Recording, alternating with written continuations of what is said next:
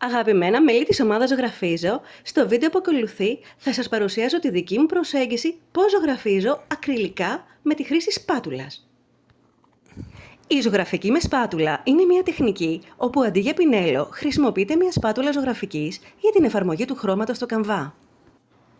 Αυτή η μέθοδος δημιουργεί μοναδικές υφές και έντονες πινελιές, προσδίδοντας δυναμικότητα αλλά και εκφραστικότητα στο έργο. Τα έργα με σπάτουλα χαρακτηρίζονται από την πλούσια υφή τους, διότι το χρώμα εφαρμόζεται παχύρευστο. Οι κινήσεις της σπάτουλας παραμένουν ορατές. Αυτό δίνει έναν δυναμικό και αφηρημένο χαρακτήρα. Με την τεχνική αυτή επιτρέπεται η γρήγορη κάλυψη μεγάλων επιφανειών. Ταυτόχρονα υπάρχει και περιορισμένος έλεγχος, διότι η σπάτουλα δεν επιτρέπει τις πολύ μικρές λεπτομέρειες, αλλά δίνει μια αίσθηση ελευθερίας και αυθορμητισμού. Στη συνέχεια του βίντεο θα δείτε πώς ξεκίνησα το δικό μου έργο. Με ένα μολύβι σχεδιάζω με πολύ απλές γραμμές το σχήμα του αχλαδιού.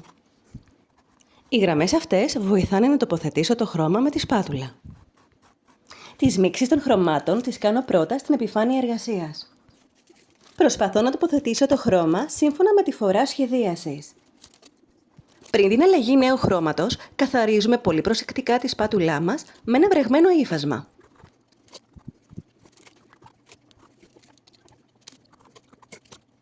Για ένα καθαρό ζωγραφικό αποτέλεσμα, αποφύγετε τη χρήση του νερού για την αραίωση των χρωμάτων.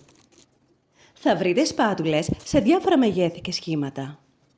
Μία σπάτουλα με μυτερή άκρη θα σας βοηθήσει πολύ στο χτίσιμο της λεπτομέρειας, αλλά και στο άπλωμα του χρώματος.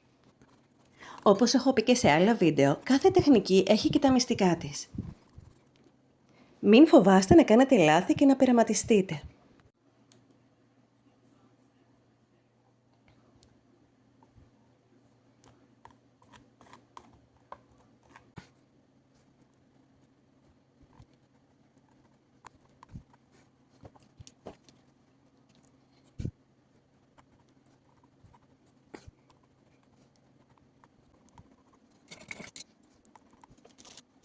Και εδώ κάπου ολοκληρώθηκε και ο δικός μου τρόπος προσέγγισης, ζωγραφική με σπάτουλα. Ελπίζω να το βρήκατε ενδιαφέρον. Καλή συνέχεια σε όλους και σε όλες.